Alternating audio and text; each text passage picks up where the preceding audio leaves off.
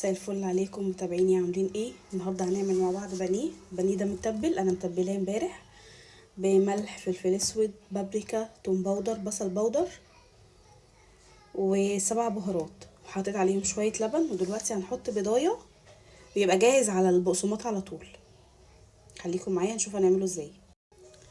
دلوقتي هنحط البيضايه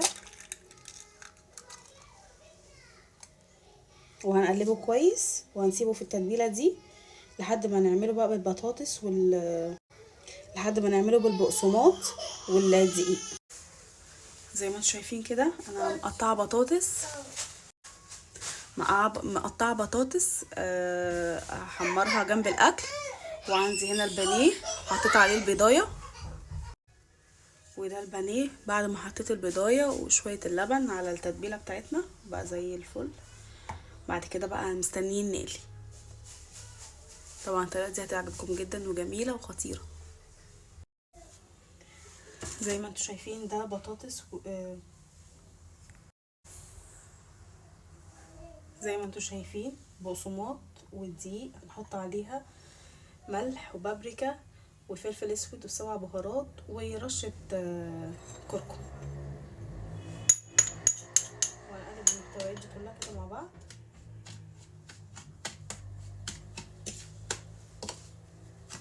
كويس جدا.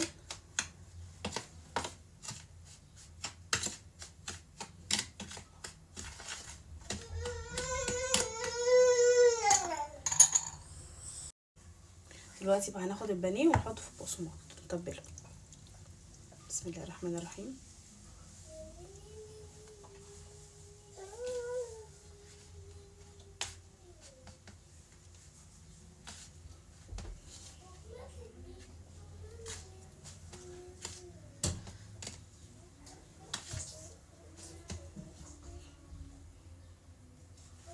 شايفين البانيه هي عامله ازاي؟ خطيره.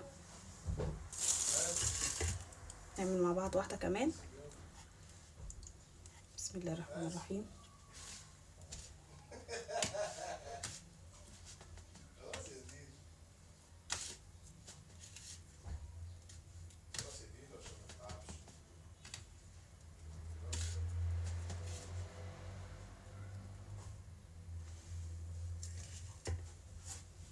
هعمل بقيه البانيه وارجع لكم تاني.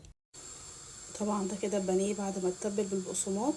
دلوقتي هنقليه في الزيت، ولما يخلص هوريه لكم على طول. طبعا اول حاجه هقليها معاكم البطاطس، بعد كده هنقلي البانيه.